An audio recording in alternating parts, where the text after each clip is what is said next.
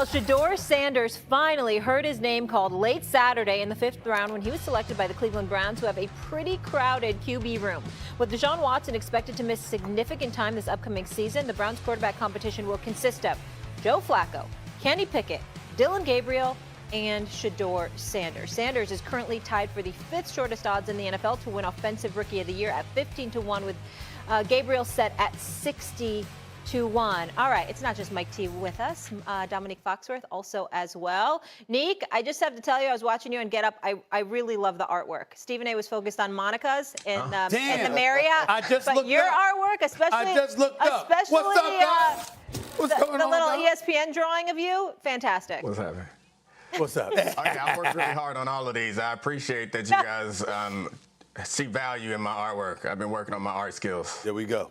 Absolutely. I got you. Okay. Tell me this. I was just Mike joking. T. It's my kids. We know. No. I think we might have just had an earthquake here, so that's why we seemed a little distracted, to be honest with you. Dom, it actually shook here like a damn earthquake or something. So if Stephen A. and I were a little awkward for a moment, we were just trying to survive in this hostile environment. I was part of that awkwardness, too. I was like... Yeah, we were all like, okay, I thought we're in New York, not California. All right, Mike T. Will Shedeur be the Brown starter week 1? Yes, he's the most talented quarterback in that room. Look, I had him at the bottom of the first, top of the second. Ironically, I compared him to Kirk Cousins. Kirk Cousins had a great career in Minnesota with offensive coordinator Kevin Stefanski, now the head coach of the Cleveland Browns. Whatever happened in the draft, to me, is ancient history. Shedeur Sanders on Saturday night should have been calling the skill players of the Cleveland Browns, saying, hey, here I come, and start developing a relationship. If I'm the Browns, I either keep Joe Flacco or Kenny Pickett as my veteran guy. I took Dillon Gabriel in the 3rd round, who's a nice player, not a lot of upside, but I really need to know what I have in Shedeur Sanders, because next year I have 2 first-round picks, and if I can win with Shedeur, I could get a massive haul for those picks, given all those other quarterbacks that are available. So if I'm Shedeur, whatever happened, lessons learned, and just move forward. And when you look at the skill players that they have, Jerry Jeudy, David Njoku, they added Harold Fannin, 2 good running backs, Quinshawn Junkins and Dylan Sampson. You look at some of these other guys that have done well, be it Jayden Daniels last year, C.J. Stroud 2 years ago. I think Shedeur is set up for success in Cleveland. I think you're wrong, Mike T.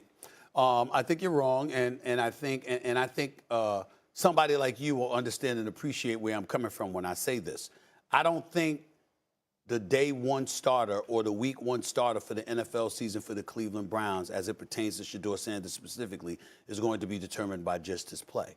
I think all the stuff that has been said, all the stuff that has been reported, is erroneous as it may be in the eyes of a lot of people, including myself, as cruel as it might be in the eyes of people like myself in terms of what happened to him. I think that you had people looking to give him a reality check. And now I think what you're going to do is see people wanting to test his emotional and mental resolve as it pertains to that. As of yesterday afternoon, he was en route to Cleveland, from what I was told, in a pickup truck, ready to put on his lunch, grab his lunch pail, put on his hard hat, and get to work. That's what I was told in terms of yesterday about how he's looking at things right now, anxious to go out there and show out.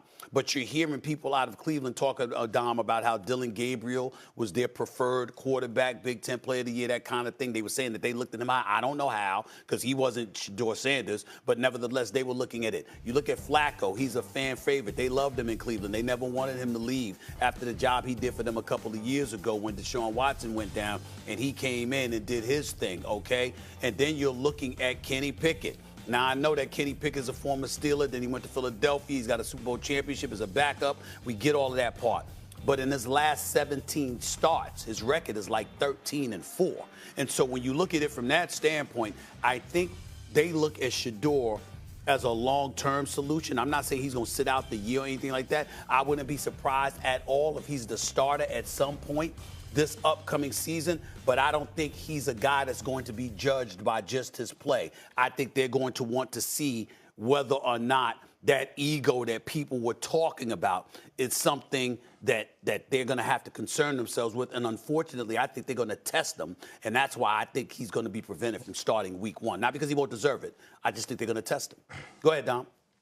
Well, I mean, I think that I don't think it's outlandish what you're saying, but when you're talking about the Cleveland Browns, I think they want a quarterback pretty badly, and they've demonstrated in recent history that they could put a bunch of things aside. They could put off-field behavior aside. They can put NFL precedent, a fully guaranteed contract that pissed off all the rest of the league aside, because this team has been so thirsty for a quarterback. So if Shedeur Sanders shows up and he's the best quarterback, I don't see why that team, of all teams, the one team that did draft him, would say, nah, we good. We want to be worse with one of these other guys.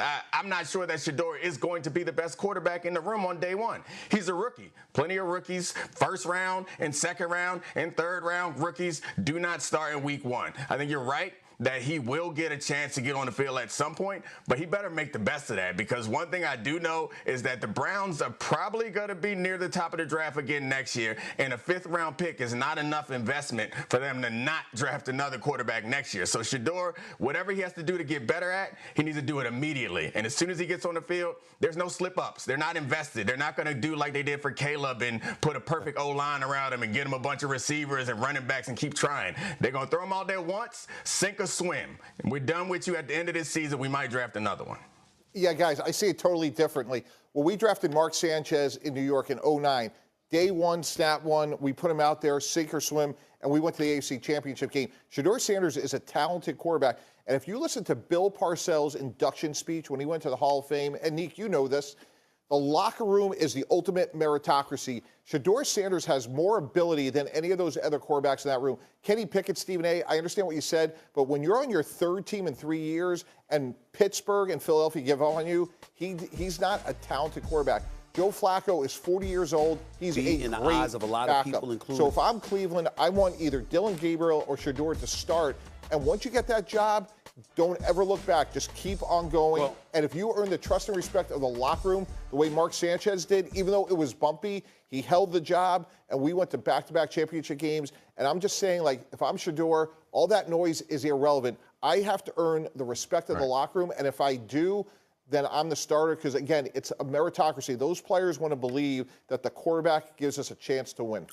Listen, I get where you're coming from, and I certainly wasn't trying to imply that Kenny Pickett is going to start before him. I'm just telling you what they're saying about him. As it pertains to Joe Flacco, he is a fan favorite that took them to the playoffs a couple of years ago, so we have to pay attention to that. And he can fling that football, and that experience does matter. I'm just saying, when you put a quarterback in there that's a rookie, you got to be sure that he's your guy. And with Shedeur Sanders, and Dom, I appreciate everything that you said, because you're right on point with all the points you made.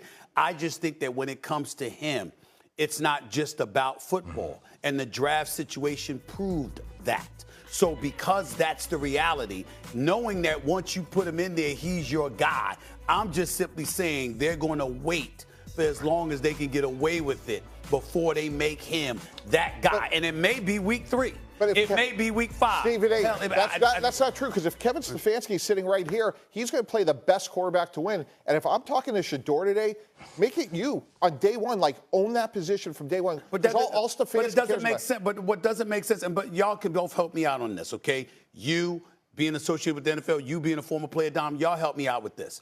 We knew coming in that he didn't deserve to be a 5th-round pick. We knew that.